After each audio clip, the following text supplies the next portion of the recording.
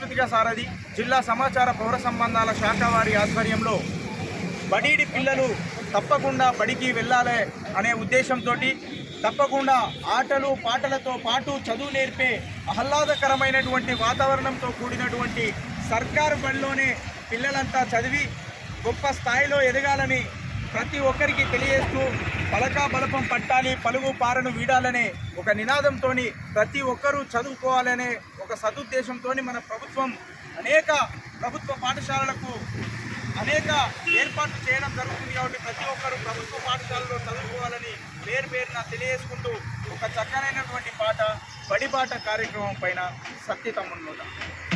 కుండల్లో కోయిల పాటలు పాడాలి,